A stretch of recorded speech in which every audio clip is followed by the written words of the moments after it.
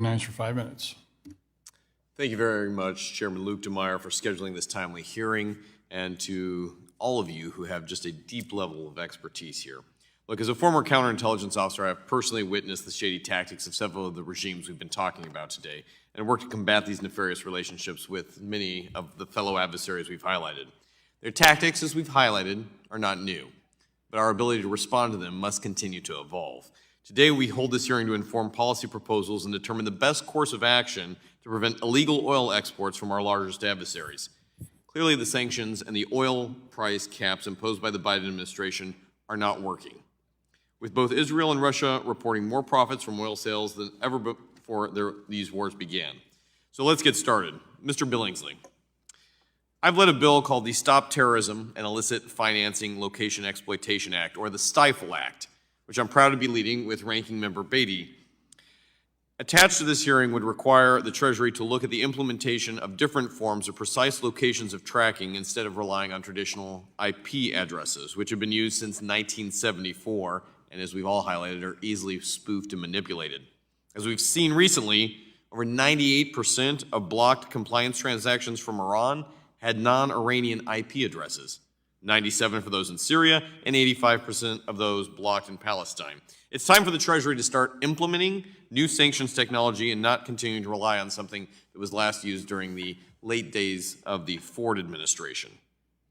Given your experience as a former Treasury Assistant Secretary for Terrorist Financing, our largest foreign adversaries are using sophisticated technology to circumvent sanctions that we've discussed today. Would you agree with this? Yes, we're not keeping pace. Would this STIFLE Act that myself and the ranking member on the Democratic side have introduced to lead financing institutions to more accurately choose geolocation forms that help prevent money laundering by these terrorist organizations be a step in the right direction? I appreciate your staff gave me the chance to look at the bill last night, so I gave it a read. I think it's definitely headed in the right direction. I might offer, for jurisdictional reasons, I understand the way it is framed.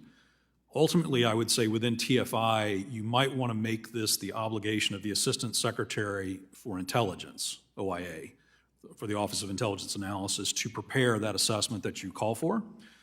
But you would, I would suggest, may want to then have my former job evaluate whether or not the intelligence community is following through and providing the actionable intelligence necessary to disrupt these activities. As you may know, within the Treasury, the international effector is TFFC, is Terrorist Financing and Financial Crimes. So they're ultimately the customer of the intelligence community who needs to furnish much better, much more comprehensive lead information on who these bad actors are. Mr. Billingsley, that's excellent, and I appreciate that feedback. It helps us get both to the point where we're collecting and assessing correct on the intelligence side, as then being able to implement effectively on the holding them accountable side. Which leads me directly to Ms. Jungmann. I want to speak specifically to this oil situation that we've reviewed with Iran. Is it true that China is the leading buyer of illicit Iranian oil? Yes, it is, 72%.